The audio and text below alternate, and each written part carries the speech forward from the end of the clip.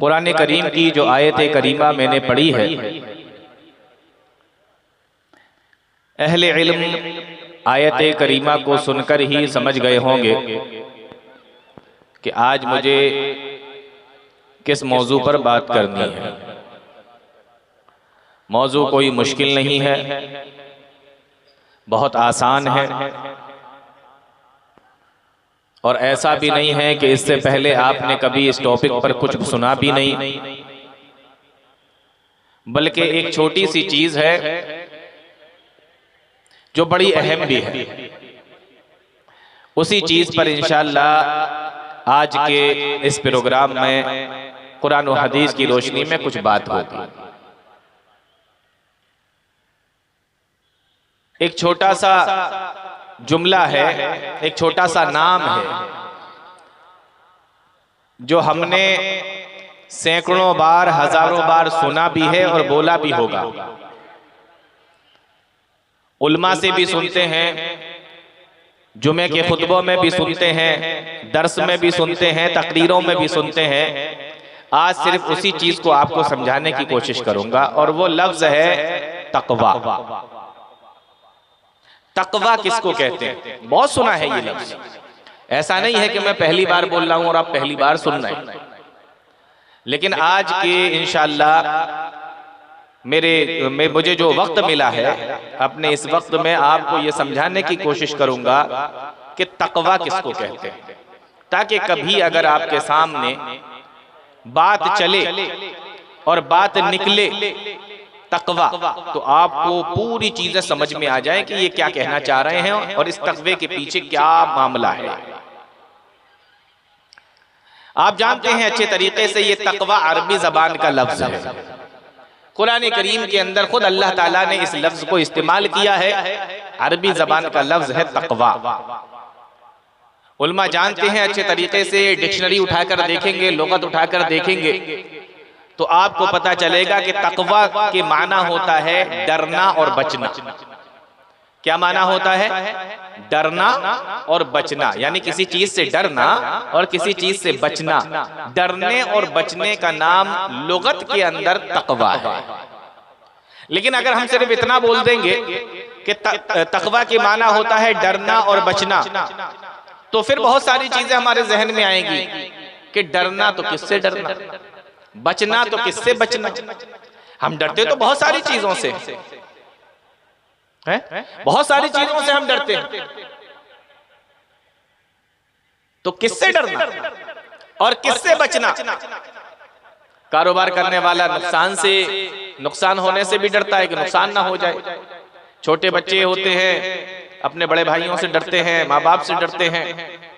इसी तरीके से सांप से, शेर से और बहुत सारी चीजों से हम डरते हैं और उनसे बचते भी। लेकिन यहां जिस डरने और बचने की बात चल रही है, यहां पर जो लफ्ज तकवा इस्तेमाल किया जा रहा है, ये किससे डरने की बात चल रही है और किससे बचने की बात चल रही है, बस इसी को समझना है। तो तकवे के माना डरना और बचना, ये कहां है? ये लुगत के अंदर है, ये डिक्शनरी में मिलेगा आपको। लेकिन इस्तिलाही माना शरीयत ने इसको किस काम के अंदर और किस चीज में इस्तेमाल किया, इसको अगर समझना है कि जैसे किसी चीज की कुछ डेफिनेशन होती है, उसकी कुछ तारीफ होती है, उसकी हिंदी में जिसको कहते हैं परिभाषा, उसकी कुछ परिभाषा होती है। यानी आपने कोई एक चीज बोल दी, फिर उसको आपने समझाया, तो ये जो समझाया है, ये जो उसकी परिभाषा बयान की है, उसकी जो तारीफ बयान की है, ये क्या है? तकवे की क्या है? तकवा का माना क्या होता है और तकवा की तारीफ क्या है, इसको समझने की कोशिश करते हैं। तो तकवा के माना याद रखिएगा, डरना और बचना। अब सवाल हो जाएगा फिर डरना किससे, बचना किससे?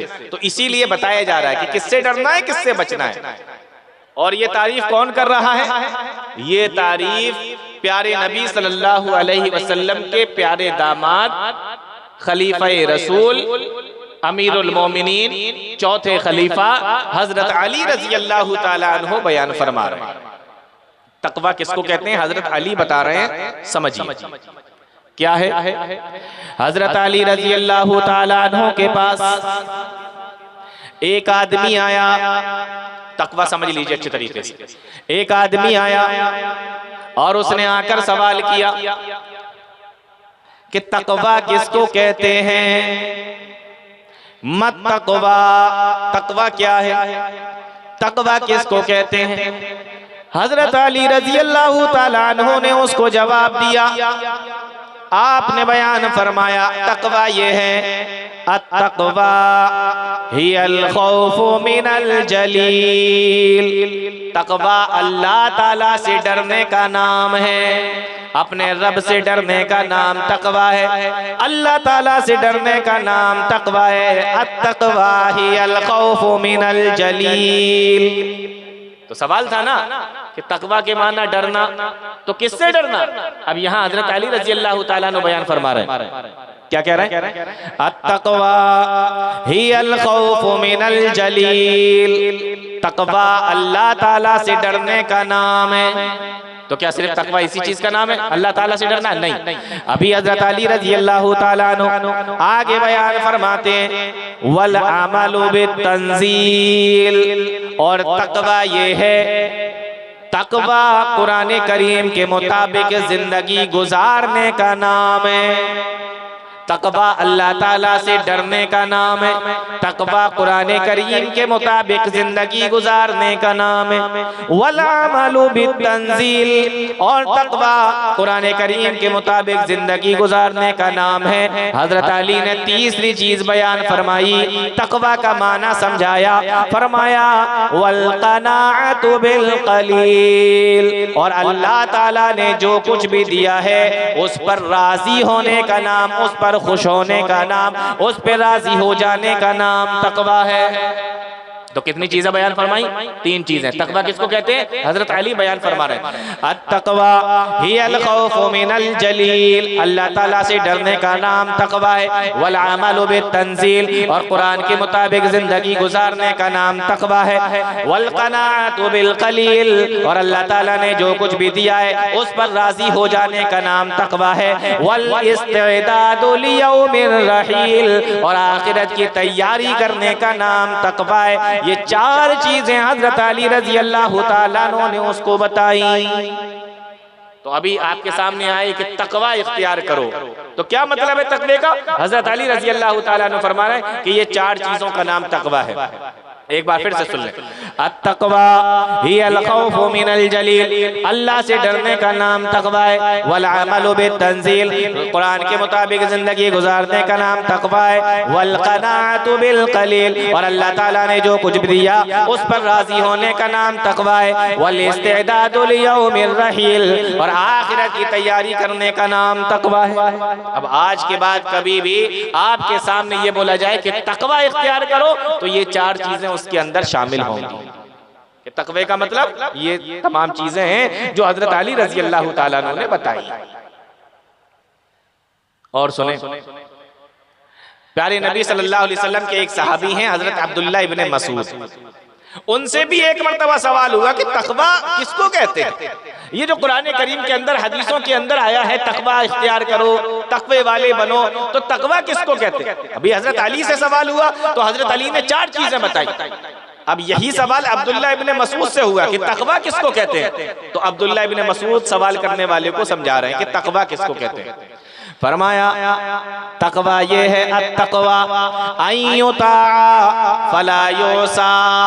तकवा ये है कि अल्लाह की इताअत की जाए, उसकी नाफरमानी ना की जाए। व अय्युज़करा फला युनसा। और अल्लाह को याद किया जाए, अल्लाह को याद रखा जाए, अल्लाह का जिक्र किया जाए। फला युनसा, अल्लाह को भूला ना जाए, उसी का नाम तकवा है। अय्युता फला युसा, अल्लाह की इताअत की जाए, उसकी नाफरमानी ना की जाए, इस चीज का नाम तकवा है। व अय्युज़करा फला युनसा। और अल्लाह को याद किया जाए, उसे भूला ना जाए, इस चीज का नाम भी तकवा है। व अय्युश्करा फला युकफर। और अल्लाह ताला का शुक्र अदा किया जाए, अल्लाह का शुक्र अदा किया जाए, अल्लाह ताला की नाशुक्री ना की जाए, इस चीज का नाम तकवा है। हजरत अली ने कितनी चीजें बताई थी? 4 चीजें। अब्दुल्ला इब्ने मसूद से सवाल हुआ कि तकवा किसको कहते हैं, उन्होंने 3 चीजें और बढ़ा दी, तो 4 और 3 7 चीजें हो गई तकवे के अंदर। और सुनिए, प्यारे नबी सल्लल्लाहु अलैहि वसल्लम के एक और सहाबी जिनका नाम हजरत अबू हुरैरा रज़ी अल्लाहु ताला अन्हु, मशहूर सहाबी रसूल, अल्लाह के नबी सल्लल्लाहु अलैहि वसल्लम की सबसे ज्यादा हदीसें बयान इन्होंने ही की हैं। 5000 से ज्यादा हदीसें हजरत अबू हुरैरा रज़ी अल्लाहु ताला अन्हु ने बयान फरमाई हैं। हदीस के अंदर आता है, एक आदमी इनके पास में आया और आकर सवाल किया, ऐ अबू हुरैरा मुझे ये समझाइए कि मत तक़वा, तक़वा किसको कहते हैं? हजरत अली ने समझाया, 4 चीजें बयान की। अब्दुल्लाह इब्न मसूद ने समझाया, 3 चीजें बयान की। अब यही सवाल हजरत अबू हुरैरा रज़ी अल्लाहु ताला अन्हु से हो रहा है कि तक़वा का नाम तो बहुत आता है, सुनते बहुत हैं, तो ये तक़वा होता क्या है, इसका मतलब क्या होता है? मतलब बयान कर रहे हैं हजरत अबू हुरैरा रज़ी अल्लाहु ताला अन्ना रजुलन साला अबा हुरैरा, एक आदमी ने आकर हजरत अबू हुरैरा रज़ी अल्लाहु ताला अन्हु से सवाल किया, मत तक़वा, ऐ अबू हुरैरा मुझे ये बताओ कि तक़वा किसको कहते हैं, तक़वा क्या है, तक़वा किस चीज का नाम है? हजरत अबू हुरैरा रज़ी अल्लाहु ताला अन्हु ने उससे सवाल किया, ऐ पूछने वाले जरा ये बता, हल अखज़ता तरीक़न ज़ात शौकिन, क्या कभी तू ऐसे रास्ते से गुजरा जिस रास्ते के ऊपर बहुत ज्यादा कांटों वाले दरख्त हों, बहुत ज्यादा कांटे वाले दरख्त हों? क्या कभी तू ऐसे रास्ते से गुजरा है? मेरा ख्याल है कि हम में से हर आदमी कभी ना कभी तो ऐसे गुजरा ही होगा, ऐसे रास्ते से जिस रास्ते पर कांटों वाले दरख्त होते हैं। उसने भी कहा कि हाँ, गांव देहात का रहने वाला आदमी था। कहने लगा, अबू हुरैरा हाँ मैं गुजरा हूँ, कई मर्तबा गुजरा हूँ। हम में से भी शायद कोई ऐसा होगा कि यहाँ से ऐसी जगहों से गुजरा होगा। सवाल किया हजरत अबू हुरैरा रज़ी अल्लाहु ताला अन्हु, जब तू ऐसे रास्ते से गुजरता है फ़कैफ़ तस्ना, बता क्या करता है, कैसे गुजरता है, कैसे निकलता है, किस तरीके से वहां से गुजर के जाता है? अब वो सवाल करने वाला जवाब देता है, आदिलु अनहा, जब मैं किसी ऐसे रास्ते से गुजरता हूँ जिस रास्ते के ऊपर कांटे पड़े हुए होते हो, जिसके साइड में कांटेदार दरख्त पड़े होते हो, जिसके साइडों में कांटे लगे होते हो, आदिलु अनहा, मैं अपने पैरों को भी बचाता हूँ ताकि मेरे पैरों के अंदर कोई कांटा ना चुभ जाए। मैं अपने बदन को भी बचाता हूँ ताकि बदन के अंदर कोई कांटा ना घुस जाए। और मैं अपने कपड़ों को भी बचाता हूँ ताकि कपड़े किसी कांटे में उलझ कर फट ना जाए। मैं बड़े आराम से निकलता हूँ, मैं कांटों से बचकर निकलता हूँ। अल्लाह के नबी सल्लल्लाहु अलैहि वसल्लम के सहाबी हजरत अबू हुरैरा रज़ी अल्लाहु ताला अन्हु ने उसके जवाब को सुन के फरमाया,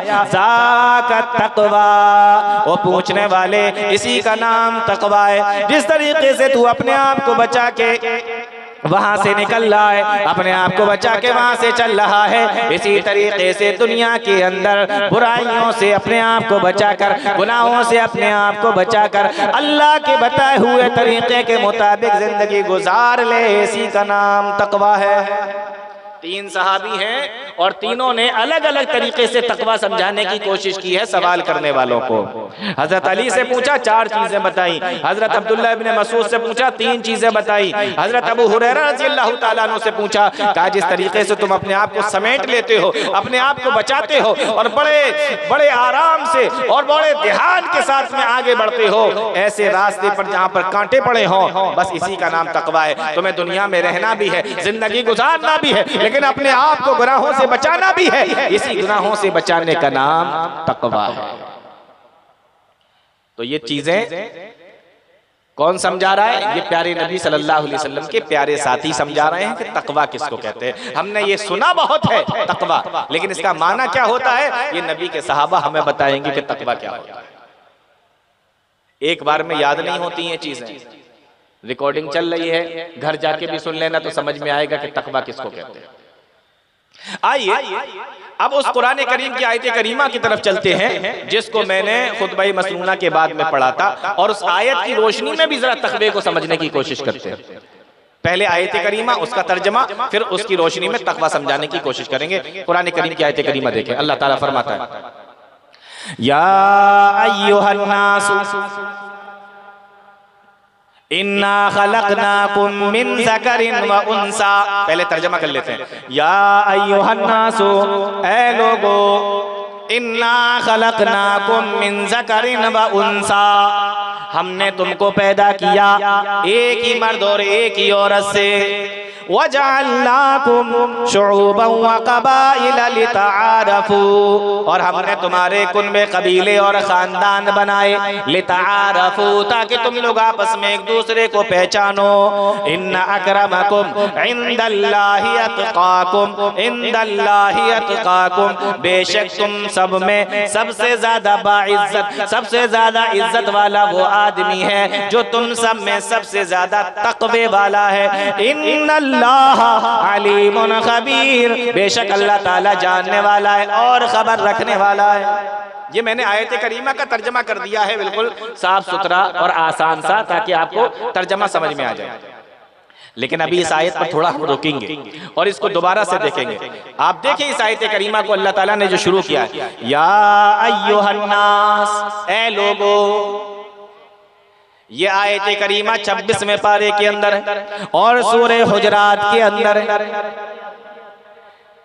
जो लोग हाफिज हैं वो इस बात को जानते हैं, उलमा इस बात को जानते हैं कि ये आयत करीमा जो 26वें पारे के अंदर है, सूरे हुजरात के अंदर है, इससे पहले की जो आयत करीमा है जिसके अंदर अल्लाह ताला ने खिताब फरमाया है, उन सारी आयतों को अल्लाह ताला ने या अय्युहल्लज़ीना आमनू कह के शुरू किया है। लेकिन इस आयत करीमा को अल्लाह ताला ने या अय्युहन्नास कह के शुरू किया।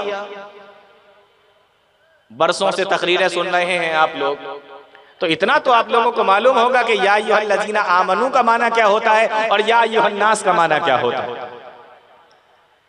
उलमा जानते हैं इससे पहले की जितनी भी आयतें हैं जिनमें अल्लाह ताला ने खिताब किया है, वो सारी की सारी आयतों को या अय्युहल्लज़ीना आमनू से शुरू किया, लेकिन इस आयत करीमा को या अय्युहन्नास से शुरू किया। उनमें फरमाया ए ईमान वालो, लेकिन यहाँ पर अल्लाह ताला ने फरमाया ए लोगो। यहाँ सिर्फ ईमान वाले मुखातब नहीं है, बल्कि फरमाया या अय्युहन्नास, ए लोगो। ऐसा क्यों फरमाया? मुफस्सिरीन लिखते हैं कि कोई बीमारी ऐसी होती है, कोई गुनाह ऐसा होता है, कोई गलती ऐसी होती है जो किसी कबीले और खानदान के अंदर होती है और किसी दूसरे कबीले और खानदान के अंदर नहीं होती है। किसी कबीले और खानदान में किसी जात और बिरादरी के अंदर वो गलती है, वो गुनाह है, लेकिन दूसरे कबीले और दूसरे खानदान और दूसरे बिरादरी के अंदर वो गुनाह नहीं पाया जाता। लेकिन इस आयत करीमा के अंदर अल्लाह ताला जिस बीमारी को बयान कर रहा है, जिस गुनाह को बयान कर रहा है, वो ऐसी बीमारी है जो सारे के सारे लोगों के अंदर पाई जाती है, चाहे वो अरब का रहने वाला हो, चाहे वो अराजम का रहने वाला हो, चाहे वो काला हो, चाहे वो गोरा हो, दुनिया के किसी भी कोने के अंदर रहने वाला हो, ये बीमारी सारे के सारे लोगों के अंदर पाई जाती है। इसलिए अल्लाह ताला ने या अय्युहल्लज़ीना आमनू नहीं कहा, बल्कि अल्लाह ताला ने फरमाया या अय्युहन्नास, ऐ लोगों। तो अभी समझ में आया कि इससे पहले की जितनी आयतें हैं उसमें सब में या अय्युहल्लज़ीना आमनू है, लेकिन यहाँ पर एक ऐसी बीमारी को बयान किया जा रहा है, एक ऐसे गुनाह को बयान किया जा रहा है, इसलिए अल्लाह ताला ने या अय्युहन्नास कहा, क्योंकि ये सबके अंदर पाई जाती है। या अय्युहन्नास। आगे अल्लाह ताला फरमाता है इन्ना खलकनाकुम मिन ज़करिन व उन्सा, बेशक हमने तुमको पैदा किया एक ही मर्द और एक ही औरत से। एक ही मर्द कौन है और एक ही औरत कौन है? हम सब जानते हैं कि बाबा आदम और अम्मा हव्वा की बात चल रही है, ठीक है ना? बाबा आदम और अम्मा हव्वा की बात चल रही है। इन्ना खलकनाकुम मिन ज़करिन व उन्सा, हमने तुमको पैदा किया एक ही मर्द और एक ही औरत से।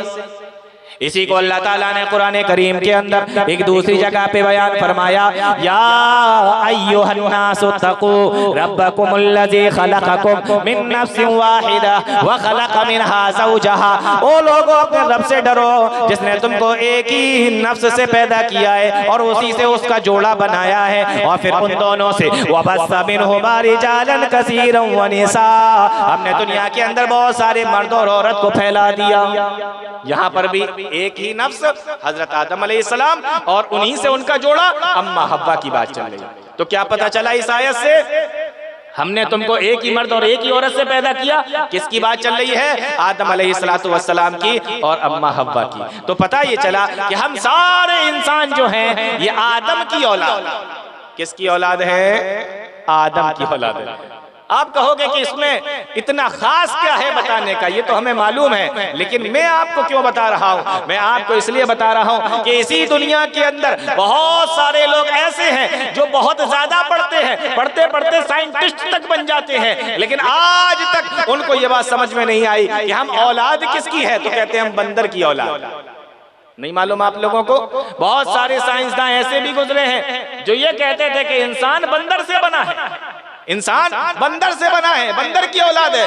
मेरे भाइयों, यहां पर आप देखें कि इंसान जब अल्लाह के साथ में शिर्क करता है, इंसान जब अल्लाह के साथ में शिर्क करता है तो वो इतनी पस्ती में चला जाता है, ऐसी पस्ती के अंदर चला जाता है कि उसको अपने बाप दादा को बंदर कहने में भी कोई शर्म नहीं आती है। ऐसा क्यों?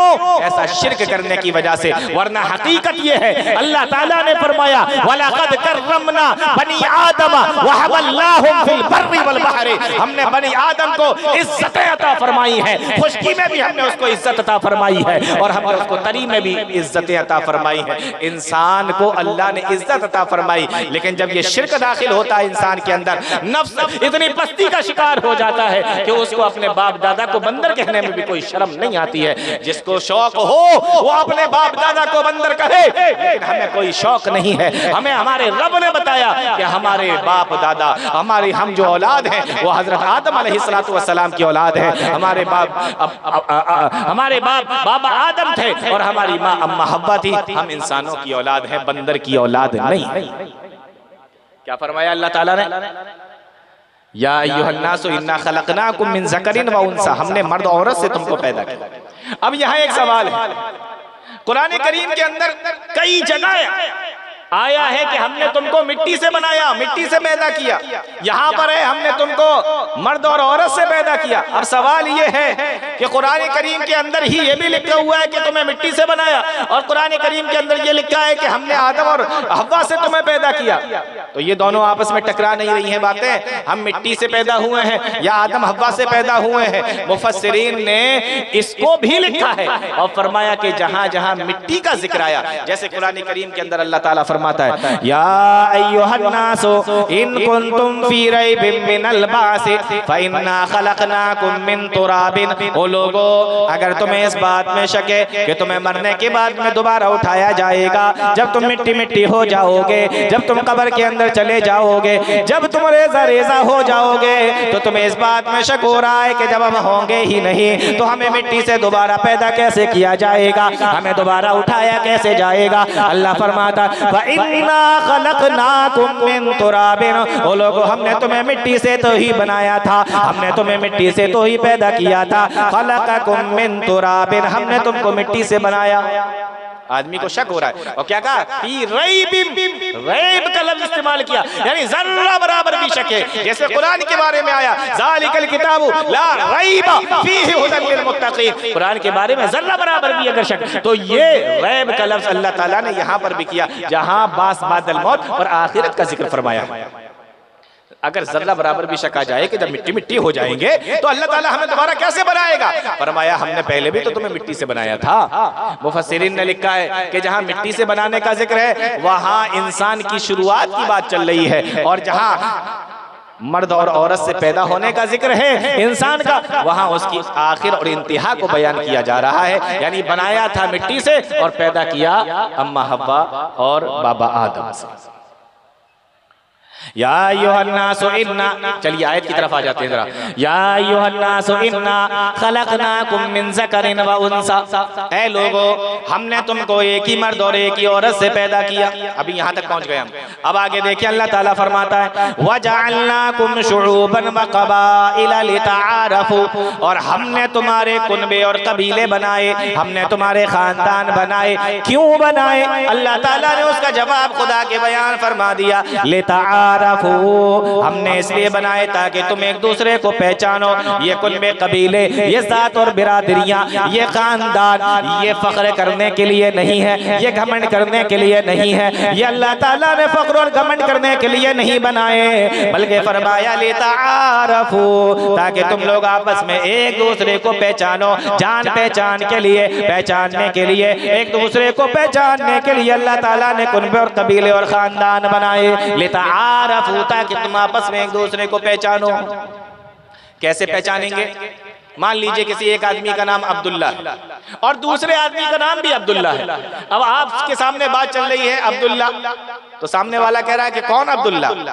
आप जो बात कर रहे हैं तो दो लोग हैं ना अब्दुल्ला नाम के, तो किसकी बात चल रही है? आपने कहा कि अब्दुल्ला, उस अब्दुल्ला की बात चल रही है जिसके वालिद का नाम अब्दुल रहमान है। तो आप कहेंगे कि दोनों के वालिद का नाम अब्दुल रहमान है, और ऐसा हो सकता है कि किसी का नाम अब्दुल्ला, दो लोगों का नाम अब्दुल्ला हो और उनके दोनों के वालिद का नाम अब्दुल रहमान हो, ऐसा हो सकता है। तो कैसे पता चलेगा कि किस अब्दुल्ला की बात चल रही है? आपने वालिद का नाम बताया तो वालिद के नाम भी एक जैसे हैं दोनों के, कैसे पता चलेगा?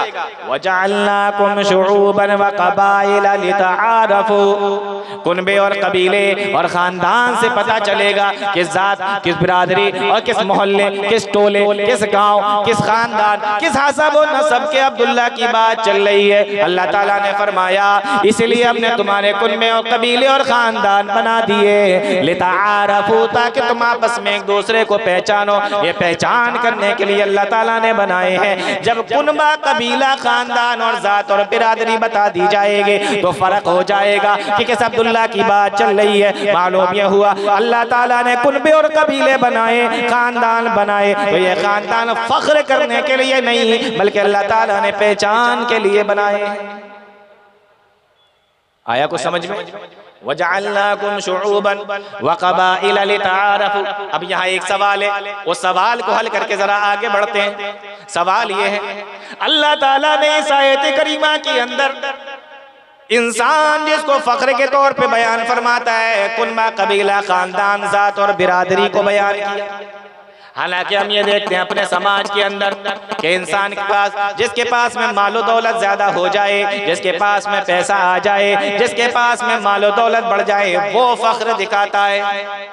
आज दुनिया के अंदर यही चल रहा है, मालो दौलत आते ही इंसान फख्र दिखाने लगता है, घमंड दिखाने लगता है। लेकिन इस आयत करीमा के अंदर अल्लाह ताला ने जो फख्र के तौर पे इंसान दिखाता है उसमें माल को बयान नहीं किया, जबकि हम अपने समाज के अंदर देते हैं कि माल होने के बाद इंसान घमंडी हो जाता है, फख्र दिखाने लगता है। लेकिन यहाँ पर उसके नसब को बयान किया, खानदान को बयान किया, पैसे को बयान नहीं किया। इंसान खानदान की वजह से घमंड कम दिखाता है, माल की वजह से ज्यादा दिखाता है। लेकिन इस आयत करीमा के अंदर माल का जिक्र न करके खानदान का जिक्र किया। क्यों माल का जिक्र क्यों नहीं है? माल का जिक्र इसलिए नहीं है कि हो सकता है आज किसी के पास में माल हो लेकिन कल उसके पास में माल ना हो, तो घमंड दिखाने की क्या बात है, फख्र करने की क्या बात है। हो सकता है कि आज बड़ा मालदार हो लेकिन कल को फकीर बन जाए, कल उसका घाटा लग जाए, उसको नुकसान हो जाए। इसलिए अल्लाह ताला ने माल को बयान नहीं किया, हसब और नसब और खानदान को बयान किया। और ऐसा भी होता है समाज के अंदर, कभी कभी छोटे खानदान के और ऐसी जात और बिरादरी के लोग भी जिनके पास में मालो दौलत आ जाता है और वो फख्र और घमंड दिखाने लगते हैं, लेकिन उनका हसब नसब और खानदान ऐसा होता है कि उनके पास मालो दौलत आने के बावजूद भी समाज में उनकी इज्जत नहीं होती है। तो पता ये चला कि माल असल में घमंड दिखाने की कोई चीज ही नहीं है। इसलिए अल्लाह ताला ने माल का जिक्र नहीं फरमाया बल्कि खानदान का जिक्र फरमाया, और फरमाया वजअलनाकुम शुऊबन व क़बाइल लितआरफू। ओ लोगों, हमने तुम्हारे कुनबे और कबीले, खानदान इसलिए बनाए ताकि तुम लोग आपस में एक दूसरे को पहचानो। ये फख्र करने के लिए नहीं बनाए हम फलाने खानदान के हैं, हम फला कबीले के हैं, हम फलानी बिरादरी के हैं, हमारी जात ये है, हमारी बिरादरी ये है। ये फख्र करने की चीज नहीं है, ये पहचान के लिए चीज बनाई गई। और आयत करीमा पर गौर करेंगे आप तो शुरू में अल्लाह ताला ने क्या फरमाया, इन्ना खलकनाकुम, हमने तुमको पैदा किया। आगे फरमाया वजअलनाकुम शुऊबन, और हमने तुम्हारे कुनबे और कबीले बनाए। पैदा भी हमने किया और कुनबे कबीले भी हमने बनाए। मेरे भाइयों बताओ, पैदा होने में हमारा कोई कंट्रोल नहीं था। अल्लाह ताला ने जिस घर में चाहा में पैदा कर दिया, जिस खानदान में चाहा में पैदा कर दिया। अल्लाह ताला ने जिस घर के अंदर चाहा में भेज दिया। अल्लाह ताला ने जिस घर में, जिस खानदान में, जिस जात में, जिस बिरादरी में, जिस मोहल्ले में, जिस गांव में, जिस शहर में और जिस देश में अल्लाह ताला ने चाहा, अल्लाह ताला ने हमें पैदा कर दिया। हमारा कोई कंट्रोल नहीं है, हमारा कोई अमल दखल नहीं है, हमारी कोई भी कंट्रोलिंग नहीं है। हम दुनिया में अपनी मर्जी से नहीं आए, हमारी मर्जी नहीं चली और हम अपनी मर्जी से दुनिया से जाएंगे भी नहीं। जब बताओ दुनिया में आने में हमारा कोई चलता ही नहीं है, हमारी कोई बात चलती ही नहीं है, हमारा कोई कंट्रोल ही नहीं है, हमारा कोई अमल दखल नहीं है, न आने में, न जाने में, न समाज में, न जात में, न बिरादरी में, न किसी घर के अंदर पैदा होने में हमारा कोई अमल दखल नहीं है। जब हमारा कोई कंट्रोल नहीं है तो हम घमंड किस बात पर दिखा रहे हैं? किस बात पे घमंड दिखा रहे हैं? आप अपनी मर्जी से नहीं आए, आप अपनी मर्जी से पैदा नहीं हुए, आप जिस खानदान में भी पैदा हुए अल्लाह ने भेजा, तो उस पे घमंड किस बात पे दिखाना? इसलिए अल्लाह ताला ने फरमा दिया वजअलनाकुम शुऊबन व क़बाइल लितारफू। ओ लोगों, ये जात और बिरादरियां और ये कुनबे और कबीले हमने इसलिए बनाए ताकि तुम लोग आपस में एक दूसरे को पहचान लो। ये जात बिरादरी घमंड की चीज नहीं, ये कुनबे कबीले घमंड की चीज नहीं है। ये कुनबे कबीले, ये जात बिरादरियां कोई इज्जत की चीज नहीं है कि आप फला कबीले के अंदर आ गए तो आप इज्जत वाले बन गए, आप फला खानदान के अंदर पैदा हो गए तो इज्जत वाले बन गए। अब सवाल ये होता है कि जब ये सारी चीजें इज्जत वाली नहीं है तो किस इंसान की इज्जत होगी? अल्लाह की नजर में किसकी इज्जत है? अल्लाह ताला ने आगे बयान फरमा दिया, इन्ना अकरमकुम इंदल्लाहि अत्काकुम। गौर से सुन लेना इस आयत करीमा के टुकड़े को। फरमाया इन्ना अकरमकुम इंदल्लाहि अत्काकुम। ओ लोगों, इज्जत अगर चाहते हो तो सुनो, इन्ना अकरमकुम इंदल्लाहि अत्काकुम। अल्लाह की नजर में तुम सब में सबसे ज्यादा इज्जत वाला वो आदमी है जो सबसे ज्यादा तकवे वाला है। मालूम ये हुआ अल्लाह ताला के यहाँ बरतरी का मेयार मालो दौलत नहीं है, रंग और नस्ल नहीं है, हसब और नसब नहीं है, खानदान और कबीला नहीं है, बल्कि अल्लाह ताला के यहाँ इज्जत का मेयार तकवा है। इन्ना अकरमकुम इंदल्लाहि अत्काकुम। इसलिए जो अल्लाह ताला से डरने वाला होगा, जो अल्लाह ताला से डरने वाला होगा, जो अपने आप को गुनाहों से बचाने वाला होगा, अल्लाह की नजर में वो इज्जत वाला हो जाएगा, अल्लाह की नजर में वो तकवे वाला हो जाएगा। इन्ना अकरमकुम इंदल्लाहि अत्काकुम। ओ लोगों, हमारी नजर में अल्लाह फरमा रहा है बेशक सबसे ज्यादा इज्जत वाला वो है जो सबसे ज्यादा तकवे वाला है। और तकवा किसको कहते हैं ये हमने शुरू में आपको बड़ी तफसील के साथ में बता दिया है। इन्ना अकरमकुम इंदल्लाहि अत्काकुम। अल्लाह ताला ने इज्जतों का मेयार जाहिरी ठाट बाट पे नहीं रखा, मालो दौलत पे नहीं रखा, रंग और नस्ल पे नहीं रखा, खानदान और कबीले पे नहीं रखा, बड़ी बड़ी डिग्रियों पे नहीं रखा, बल्कि अल्लाह ताला ने इज्जत का मेयार रखा है। तो किस पे रखा? इसलिए मेरे भाइयों, रंग देख के धोखा ना खा जाना, मालो देख कर धोखा ना खा जाना, डिग्रियां देख कर धोखा ना खा जाना, बल्कि ये देखना कि ये खूबसूरत चेहरे के पीछे, इस मजबूत जिस्म के पीछे इसकी जो रूह है वो तकवे वाली है कि नहीं? रूह तकवे वाली है कि नहीं? जाहिरी ठाट बाट पर नहीं रखा अल्लाह ताला ने इज्जतों का मेयार। रूह तकवे वाली है कि नहीं? ऐसा हो सकता है कि इंसान तो बड़ा खूबसूरत हो लेकिन रूह उसकी बड़ी गंदी हो। ऐसा भी हो सकता है कि इंसान बड़ा मालो दौलत वाला हो लेकिन इंसान अखलाक के एतबार से बिल्कुल फकीर हो। ऐसा हो सकता है इंसान बहुत बड़े खानदान का रहने वाला हो लेकिन अंदर से बड़ा कमीना हो। इसलिए अल्लाह ताला ने फरमाया इन्ना अकरमकुम इंदल्लाहि अत्काकुम। ओ लोगों, समाज के अंदर भी ओ लोगों, अल्लाह ताला ने अपनी नजर में भी इज्जत का जो मेयार रखा है वो तकवा रखा है। क्या अगर तुम तकवे वाले होगे, अल्लाह से डरने वाले होगे, अपने गुनाहों से बचने वाले होगे, मुत्तकी होगे, तकवे वाले होगे, अल्लाह की नजर में इज्जत वाले होगे। मालो दौलत से कोई इज्जत वाला नहीं होता, रंगो नस्ल से कोई इज्जत वाला नहीं होता। अभी समझ में आ रही है कि नहीं? तकवा को समझ में आ रहा है कि नहीं आ रहा है? चलिए और समझा देता हूं थोड़ा, मेरे पास अभी टाइम है। मक्का की सरजमीन है, मक्का की सरजमीन है और मक्का के अंदर रहने वाला एक सरदार है। गौर से सुनना नौजवानों, मक्का के अंदर रहने वाला एक सरदार है, बड़ा खूबसूरत है, चेहरा भी बड़ा प्यारा है और मक्का का सरदार भी है और मक्का के सबसे बड़े खानदान का भी है।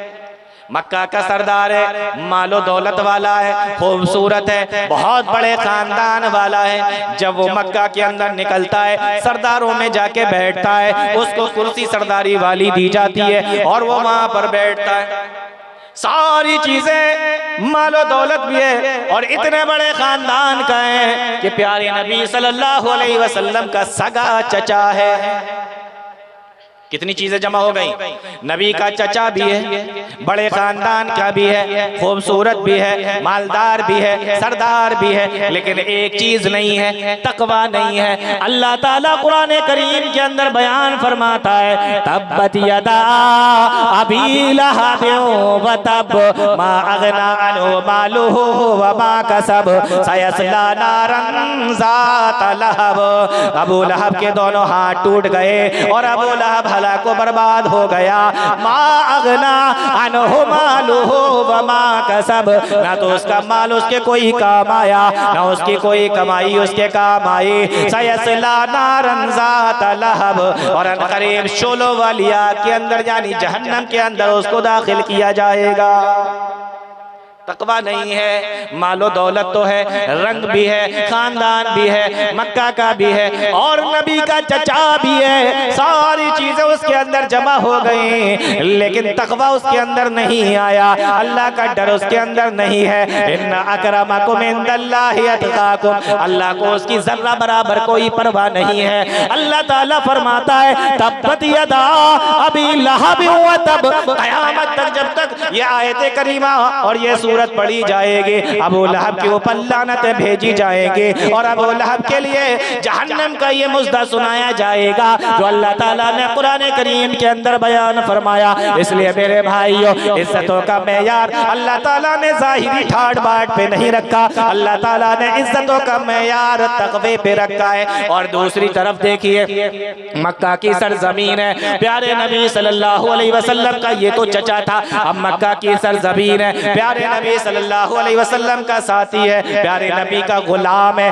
प्यारे नबी से मोहब्बत करने वाला है, नाम जिसका बिलाल हबशी है, काला कलूटा है, होंठ चपटे चपटे है, नाक भी अंदर को धसी हुई है और मक्का का गुलाम भी है, उबई इब्ने खलफ का गुलाम भी है और गुलामों की मंडियों से जिसको खरीद के लाया गया है। एक तरफ अबू लहब है, जब अपने लोगों में जाता है सरदारी की कुर्सी दी जाती है और दूसरी तरफ बिलाल हबशी है, जिनके गले के अंदर रस्सी डालकर मक्का की गलियों में जिनको खींचा जाता है। लेकिन फर्क देखो, अल्लाह की नजर में दोनों का मेयार देखो, अल्लाह की नजर में दोनों की इज्जतें देखो। अल्लाह के नबी फरमाते हैं, एक के बारे में तब्बत यदा नाजिल हो रही है और दूसरे के बारे में जो बिलाल हबशी है, जो गुलाम है, जो गुलामों की मंडियों से खरीद के लाए गए हैं और जो जिनके गले के अंदर रस्सी डाल के मक्का के अंदर खींचा जाता है। अल्लाह के नबी सल्लल्लाहु अलैहि वसल्लम फजर की नमाज के बाद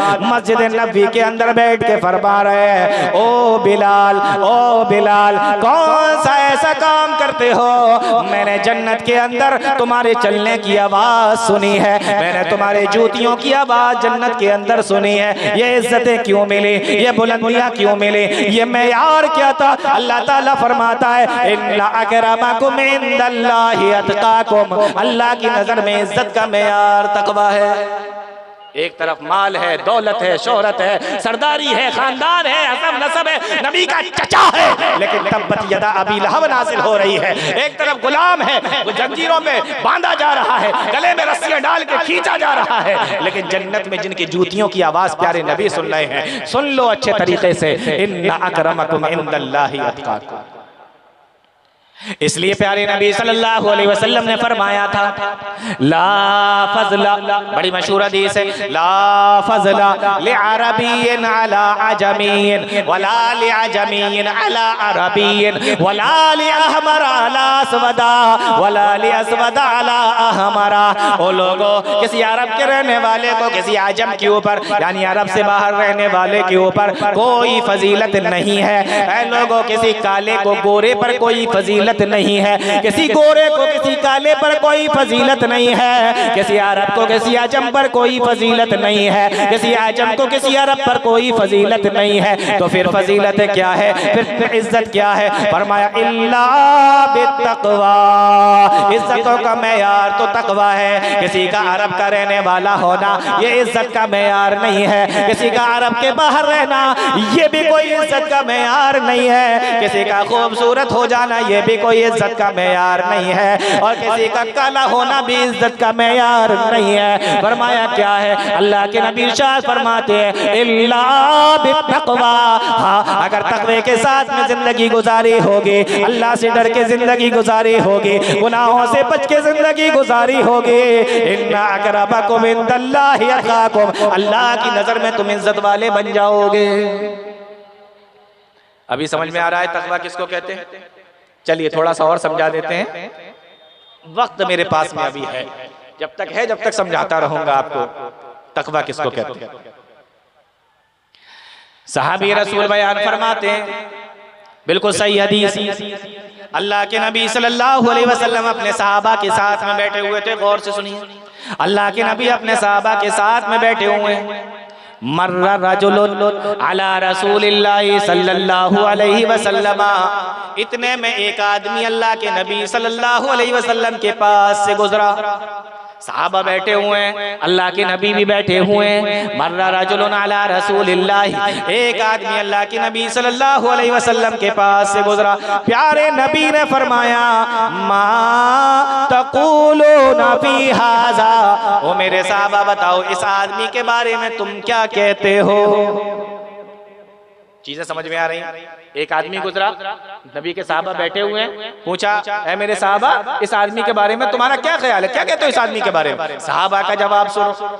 फरमाया कालू, सहाबा ने जवाब दिया हाज़ा हरीयुन, ये इस बात के लायक है। क्या फरमाया? ये इस बात के लायक है। इन खतबा अय्युन कहा व इन शफा अय्यु शफा व इन काला अय्युस्तमा, ये इस बात के लायक है कि अगर ये अपने निकाह का पैगाम कहीं भेजे तो इसका निकाह हो जाए, ये अगर किसी की सिफारिश करे तो इसकी सिफारिश मान ली जाए, और जब ये बोलने पर आए तो सुना जाए, लोग इसको बैठकर सुने, ये इस बात के लायक है। लेकिन अल्लाह के नबी सल्लल्लाहु अलैहि वसल्लम ने कोई जवाब नहीं दिया। हदीस के अंदर आता है नबी खामोश रहे और सारे के सारे सहाबा खामोश रहे। उसके बाद में सहाबी रसूल बयान फरमाते हैं उसी जगह पर बैठे हुए हैं सहाबी रसूल बयान फरमाते हैं मर्रा रजुलन अला रसूलिल्लाह मिन फुक़राइल मुस्लिमीना, इतने में एक और आदमी वहां से गुजरा। प्यारे नबी सल्लल्लाहु अलैहि वसल्लम के पास से एक और आदमी गुजरा,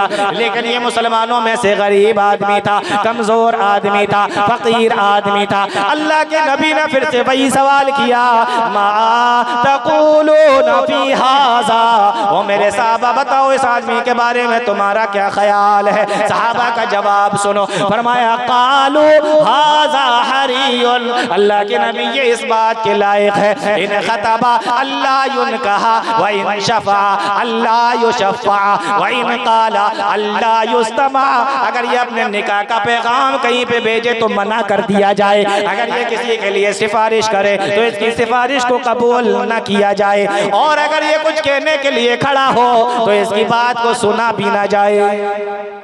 फर्क समझ में आ रहा है पहले वाले आदमी में और दूसरे वाले आदमी में? अब अल्लाह के नबी सल्लल्लाहु अलैहि वसल्लम ने फरमाया ओ मेरे सहाबा, जो पहला आदमी गुजरा जिसके बारे में तुमने ये कहा था कि ये इस लायक है कि अगर निकाह का पैगाम दे तो इसका निकाह हो जाए, ये सिफारिश करे तो सिफारिश मान ली जाए, और अगर ये कुछ कहे तो इसकी बात को सुना जाए। प्यारे नबी ने फरमाया हाज़ा खैरुन मिन मिलिल अर्दि मिस्ल हाज़ा, अगर उस पहले वाले आदमी के जैसे जैसे पूरी दुनिया भर के आदमी हो जाए, पूरी दुनिया भर के आदमी हो जाए उस पहले वाले आदमी जैसे, फिर भी उसके बावजूद भी ये बाद में जो आदमी गुजरा है इस एक आदमी का मुकाबला भी नहीं कर सकते। अल्लाह की नजर में इस आदमी की जो बाद में आया, जिसके बारे में तुमने कहा था कि अगर ये निकाह का पैगाम भेजेगा तो निकाह नहीं होगा, सिफारिश करेगा तो मानी नहीं जाएगी, अगर बोलेगा तो सुना नहीं जाएगा, प्यारे नबी ने फरमाया अल्लाह की नजर में इस दूसरे आदमी की इतनी इज्जत है, इतना मकाम है कि अगर पहले वाले आदमी जमीन भरकर पूरी दुनिया के अंदर पहले वाले जैसे आदमी हो जाए, अल्लाह की नजर में एक आदमी की जो हैसियत है वो सबकी नहीं है। कहां से आई ये इज्जत? इन्ना अकरमकुम इंदल्लाहि अतकाकुम, अल्लाह की नजर में तुम्हारे नजदीक सबसे ज्यादा इज्जत वाला वो है जो सबसे ज्यादा तकवे वाला है। और सुनो मेरे भाई, इब्ने हिब्बान, बैहक़ी, मुस्नद अहमद की ये रिवायत भी है। अल्लाह के नबी सल्लल्लाहु अलैहि वसल्लम के एक दोस्त थे, प्यारे नबी के एक साथी थे। गौर से सुन लेना, मेरा वक्त हो रहा है। प्यारे नबी के एक साथी थे, ये हदीस आपको मिल जाएगी मुस्नद अहमद के अंदर, बैहक़ी के अंदर, इब्ने हिब्बान के अंदर, और दूसरे मुहद्दिसीन ने भी इस हदीस को लिखा है और हदीस बिल्कुल सही है। हजरत अनस रज़ी अल्लाह तआला अन्हु, बात तक़वे की चल रही थी और अल्लाह की नजर में इज्जत का मेयार तकवा है, मैं ये बता रहा था। और दो लोगों के गुजरने का जो वाकया है वो मैंने अभी आपको थोड़ी देर पहले बताया, और अभी इस हदीस के अंदर देखें क्या है। हजरत अनस रजी अल्लाह ताला ने इस हदीस के रावी कहते हैं कि अल्लाह के नबी सल्लल्लाहु अलैहि वसल्लम के एक सहाबी थे और प्यारे नबी सल्लल्लाहु अलैहि वसल्लम के एक दोस्त थे, और वो मदीना से बाहर किसी गांव के रहने वाले थे। मदीना से बाहर किसी गांव के रहने वाले थे और अपना सामान बेचने के लिए मदीना के अंदर आया करते थे, और नबी से बड़ी मोहब्बत थी। तो जब भी सामान बेचने के लिए मदीना आते तो पहले मस्जिद नबी आते, अल्लाह के नबी सल्लल्लाहु अलैहि वसल्लम से मुलाकात करते और कोई ना कोई गिफ्ट, कोई तोहफा, कोई हदिया अल्लाह के नबी सल्लल्लाहु अलैहि वसल्लम के लिए लेकर आया करते थे। हजरत अनस बयान करते हैं कि प्यारे नबी सल्लल्लाहु अलैहि वसल्लम उसको देखकर बयान करते थे, बयान फरमाते थे कि ये मेरे गांव का दोस्त है और मैं इसके शहर का दोस्त हूं। क्या फरमाते थे? ये मेरे गांव का दोस्त है और मैं इसके शहर का दोस्त हूं। प्यारे नबी उनसे बड़ी मोहब्बत किया करते थे, तो कुछ ना कुछ गिफ्ट, तोहफा, हदिया लेकर आते। और हदीस के अंदर आया है कि दमीमुल खिलकती, चेहरा मोहरा कोई बहुत ज्यादा अच्छा नहीं था, देखने में जिसको हम लोग कहते हैं ना भद्दा, उस तरीके का चेहरा मोहरा था, चेहरा कोई बहुत अच्छा नहीं था। हदीस के अंदर आया कि दमीमुल खिलकत, भद्दा चेहरा था, लेकिन थे नबी के सहाबी। अब अल्लाह ताला ने जैसा भी बनाया इनको, प्यारे नबी से बड़ी मोहब्बत किया करते थे, नबी से मोहब्बत करते, नबी के पास आते, नबी से मुलाकात करते, और उसके बाद कुछ गिफ्ट तोहफा भी लेकर आया करते थे। नबी सल्लल्लाहु अलैहि वसल्लम इनको भी हदिया तोहफे दिया करते थे।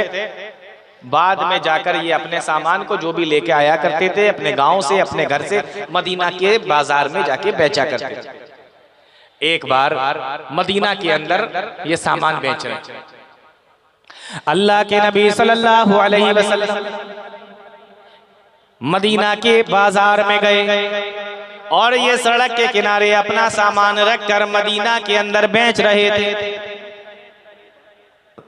सामान सड़क के किनारे मदीना के बाजार में बेच रहे थे। अल्लाह के नबी सल्लल्लाहु अलैहि वसल्लम बाजार में पहुंचे और हदीस के अंदर आता है अल्लाह के नबी सल्लल्लाहु अलैहि वसल्लम पीछे से गए और पीछे से जाकर प्यारे नबी सल्लल्लाहु अलैहि वसल्लम ने इनको जाकर पकड़ लिया, ऐसे दोनों हाथ बढ़ाकर इस तरीके से पकड़ लिया।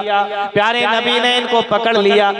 पहले तो इन्होंने छुड़ाने की कोशिश की, जब इनको अंदाजा हो गया और इन्होंने देख लिया कि अल्लाह के नबी सल्लल्लाहु अलैहि वसल्लम ने पीछे से पकड़ा है, सोचो नबी कितनी मोहब्बत करते होंगे। पीछे से जाकर नबी ने पकड़ लिया और नबी सल्लल्लाहु अलैहि वसल्लम पकड़े हुए। पहले तो इन्होंने छुड़ाने की कोशिश की, लेकिन जब इन्होंने देखा कि पकड़ने वाले प्यारे नबी है तो छुड़ाने की कोशिश भी इन्होंने नहीं की।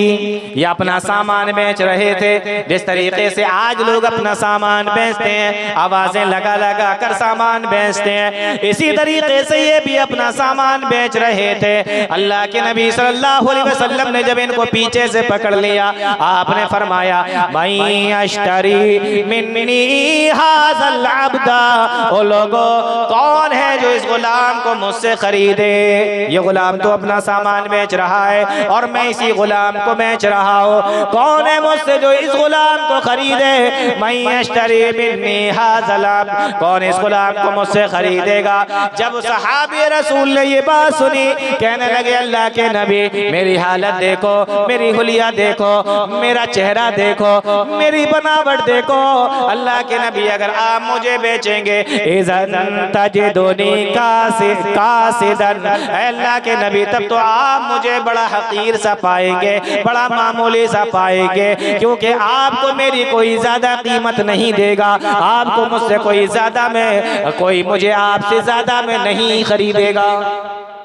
मुझ गुलाम की कोई क्या क्या क्या पैसा देगा, क्या वैल्यू होगी, क्या माल मिलेगा आपको। इज़न तजिदुनी कासिदन, तब को आप मुझे बहुत सस्ता पाएंगे, यानी मैं तो बड़े सस्ते में बिक जाऊंगा, मैं तो मामूली सा हूँ, गांव का रहने वाला हूँ, चेहरा मोहरा भी कोई अच्छा नहीं है। अल्लाह के नबी मैं तो बड़ा मामूली सा हूँ, आपको ज्यादा कीमत नहीं मिलेगी, मैं तो बड़ा मामूली सा हूँ। अल्लाह के नबी का जवाब सुनो, आपने फरमाया वलाकिन्नका इंदल्लाहि लस्ता बिका। ओ मेरे प्यारे, ओ मेरे साथी, ओ मेरे सहाबी, तू अपने आप को जो इतना कमजोर समझ रहा है, इतना हकीर समझ रहा है, इतना मामूली समझ रहा है, अपने आप को जो इतना मामूली समझ रहा है, फरमाया वलाकिन्नका इंदल्लाहि लस्ता बिकासिदिन। सुन ले, अल्लाह की नजर में तू हकीर नहीं है, अल्लाह की नजर में तो तू मामूली नहीं है, अल्लाह की नजर में तेरी बड़ी इज्जत है, अल्लाह की नजर में तेरी बड़ी कीमत है। क्या वजह है, किसकी वजह से अल्लाह के नबी सल्लल्लाहु अलैहि वसल्लम फरमा रहे हैं कि अल्लाह की नजर में तू बड़ी इज्जत वाला है, अल्लाह की नजर में तू मामूली नहीं है, तू बहुत बड़ी कीमत वाला है। इन्ना अकरमकुम इंदल्लाहि अतकाकुम। इसलिए मेरे भाइयों, चेहरे से कुछ नहीं होता, खूबसूरती से कुछ नहीं होता, मालो दौलत से कुछ नहीं होता, हसब व नसब और खानदान से भी कुछ नहीं होता, मालो दौलत से भी कुछ नहीं होता। फरमाया इन्नल्लाह ला यंजुरु इला सुवरिकुम वला इला अजसामिकुम वलाकिन यंजुरु इला कुलूबिकुम व आमालिकुम। बेशक अल्लाह ताला तुम्हारी सूरतों को नहीं देखता, अल्लाह ताला तुम्हारे चेहरों मोहरों को नहीं देखता, अल्लाह ताला तुम्हारे जिस्मों को नहीं देखता, वलाकिन यंजुरु इला कुबूलिकुम व आमालिकुम। अल्लाह ताला तुम्हारे आमाल को देखता है, अल्लाह ताला तुम्हारे दिलों को देखता है। इसलिए प्यारे नबी ने फरमाया था अत्तक़वा हाहुना, अत्तक़वा हाहुना व अशारा बियदिही। और अल्लाह के नबी सल्लल्लाहु अलैहि वसल्लम ने फरमाया, 3 मरतबा आपने फरमाया तक़वा यहाँ है, तक़वा यहाँ है, तक़वा यहाँ है। और उसके बाद अल्लाह के नबी ने इशारा करके अपने सीने की तरफ, अपने दिल की तरफ इशारा करके फरमाया, आज ज़बान से अपने आप को मुत्तकी जाहिर कर देना, अपने आप को मुत्तकी बताना, ये तो बड़ी आम सी बात है, लेकिन मेरे भाइयों असल बात यह है कि हम दिल से कितने ज्यादा तकवे वाले हैं। फरमाया इन्नल्लाह ला यंजुरु इला सुवरिकुम वला इला अजसामिकुम वलाकिन यंजुरु इला कुलूबिकुम व आमालिकुम। अल्लाह ताला तुम्हारे सूरतों को नहीं देखता, तुम्हारे जिस्मों को नहीं देखता, अल्लाह ताला तुम्हारे दिलों को देखता है, तुम्हारे आमाल को देखता है। वक्त मेरा खत्म हो रहा है, सिर्फ 2-3 मिनट बाकी हैं। तकवे पर बात चल रही है, एक हदीस और सुना देता हूं ताकि आपको समझ में आए कि तकवे का इज्जत का मेयार क्या है और अल्लाह ताला को तकवे वाले लोग कितना पसंद आते हैं। सही बुखारी की रिवायत है, आखिरी हदीस सुनाता हूं, उसके बाद इंशाअल्लाह बात खत्म कर दूंगा। प्यारे नबी सल्लल्लाहु अलैहि वसल्लम के एक सहाबी हैं जिनका नाम है हजरत अब्दुल्लाह इब्न अब्बास। नाम सुना होगा आपने, बहुत मशहूर सहाबी रसूल है और नबी के चचा के बेटे हजरत अब्दुल्लाह इब्न अब्बास रज़ी अल्लाह ताला। नबी के जमाने के बाद और बहुत जमाने के बाद जब ये अपने शागिर्दों को पढ़ा रहे थे, आपके शागिर्दों में एक बहुत मशहूर शागिर्द गुजरे हैं, बहुत मशहूर ताबई गुजरे हैं, जिनका नाम अता बिन अबी रबा है। उलमा जानते हैं अच्छे तरीके से, ये आपके शागिर्द थे, ताबई थे। फरमाया अता बिन अबी रबा से एक मर्तबा किसने, अब्दुल्लाह इब्ने मसूद रजी अल्लाह, अब्दुल्लाह इब्ने अब्बास रजी अल्लाह ताला अन्हु ने अपने शागिर्द से फरमाया, गौर से सुन लेना हदीस को, फरमाया अला उरीका इमरातम मिनल जन्ना, ओ मेरे साथी, ओ मेरे शागिर्द, ओ अता बिन अबी रबा, क्या मैं तुझे जन्नती औरत ना दिखा दूं? अल्लाह अकबर, कितनी बड़ी बात है। तकवा देखो किसे कहते हैं। फरमाया अला उरीका मिना, अला उरीका इमरातम मिन अहलिल जन्ना, क्या मैं तुझे जन्नती औरत ना दिखा दूं? क्या मैं तुझे जन्नत में जाने वाली औरत ना दिखा दूं? अता बिन अबी रबा ने अपने उस्ताद मोहतरम से कहा, हाँ हाँ क्यों नहीं, क्यों नहीं, जरूर दिखाइए। फरमाया हाज़िहिल मरअतु सौदा, ये काली कलूटी औरत जो निकल के जा रही है, ये जन्नती औरत है। क्या फरमाया? सिर्फ इतना नहीं कहा कि ये औरत जो जा रही है ये जन्नती औरत है, फरमाया ये काली कलूटी औरत जो जा रही है ये जन्नती औरत है।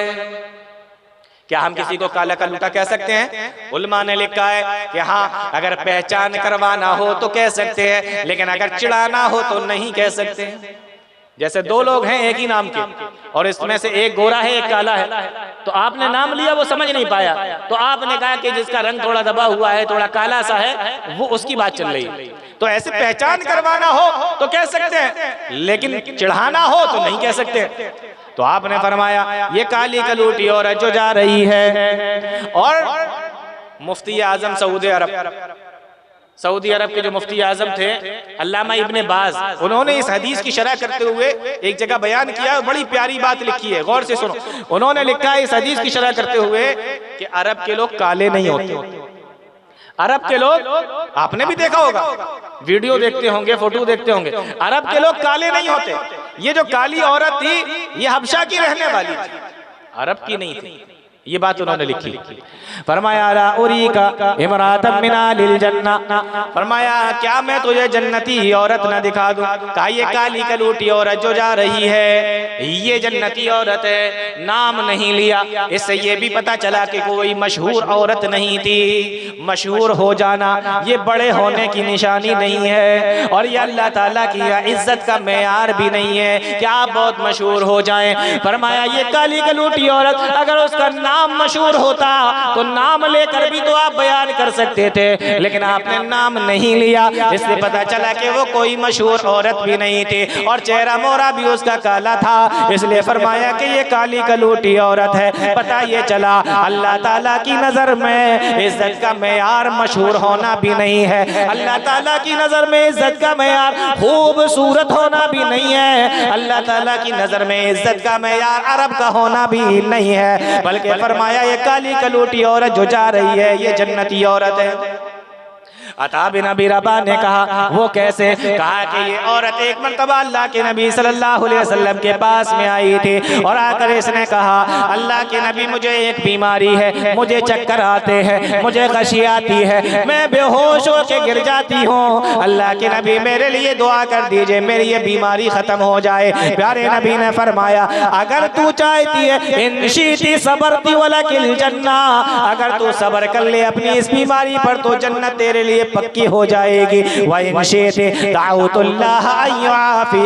और अगर तू चाहती है तो मैं तेरे लिए दुआ कर देता हूँ, तू अच्छी हो जाएगी। हम लोग होते तो क्या कहते? दुआ कर दीजिए सही हो जाऊं, जन्नत तो बाद में भी कमा लूंगा। है जन्नतें तो बाद में भी कमा लूंगा, क्योंकि हम नेक अमल बहुत करते हैं ना, तो जन्नत तो हमें ऐसे ही मिल जाएगी। लेकिन उन्होंने अपने आमाल के ऊपर भरोसा नहीं किया, बल्कि अल्लाह के नबी से कहा अल्लाह के नबी अगर इस बीमारी के बदले में मुझे जन्नत मिलने वाली है तो मैं बीमार ही सही हूँ, आप मेरे लिए दुआ मत कीजिए, हाँ इतनी दुआ जरूर कर दीजिए अल्लाह के नबी जब मैं बीमार होती हूँ, मुझे चक्कर आते हैं, मैं बेहोश होती हूँ, मुझे मिर्गी के दौरे पड़ते हैं, जब मुझे दौरे पड़ते हैं मैं जमीन पे गिर जाती हूँ, कभी कभी बेहोशी के आलम में कपड़ा भी हट जाता है, बेपर्दा हो जाती हो। अल्लाह के नबी मेरे लिए दुआ कर दीजिए, जब मैं बीमार होकर मुझे चक्कर आया करे, मुझे गशी आया करे, मुझे दौरे पड़ा करे, और जब मैं जमीन पे गिरा करूं तो मेरा कपड़ा ना हटा करे, मैं बेपर्दा ना हुआ करूं, ये दुआ कर दीजिए। अल्लाह के नबी सल्लल्लाहु अलैहि वसल्लम ने उसके लिए ये दुआ फरमा दी। जन्नती औरत काली कलूटी है लेकिन जन्नती औरत है, क्यों? इन्ना अकरमकुम इंदल्लाहि अत्काकुम। और मेरी माओ बहनों, तुम भी समझो अच्छे तरीके से कि ये बेहोशी के आलम में है, तब भी चाह रही है कि मैं बेपर्दा ना हूं। हमारे यहाँ औरतों को देख लो, पूरे होश हवास में अपनी मर्जी से बेपर्दा होकर घूमती हैं। अल्लाह हमारी हिफाजत फरमाए। तो मेरे भाइयों, तक़वे के ताल्लुक से ये चंद बातें थी जो मैंने आपको बताई। अल्लाह ताला तमाम लोगों को नेक अमल की तौफीक अता फरमाए, कुरान और हदीस को समझने की, उसमें चलने की तौफीक अता फरमाए। आमीन या रब्बल आलमीन। व आखिरु दअवाना अल्हम्दुलिल्लाहि रब्बिल आलमीन। अस्सलामु अलैकुम व रहमतुल्लाहि व बरकातुहू।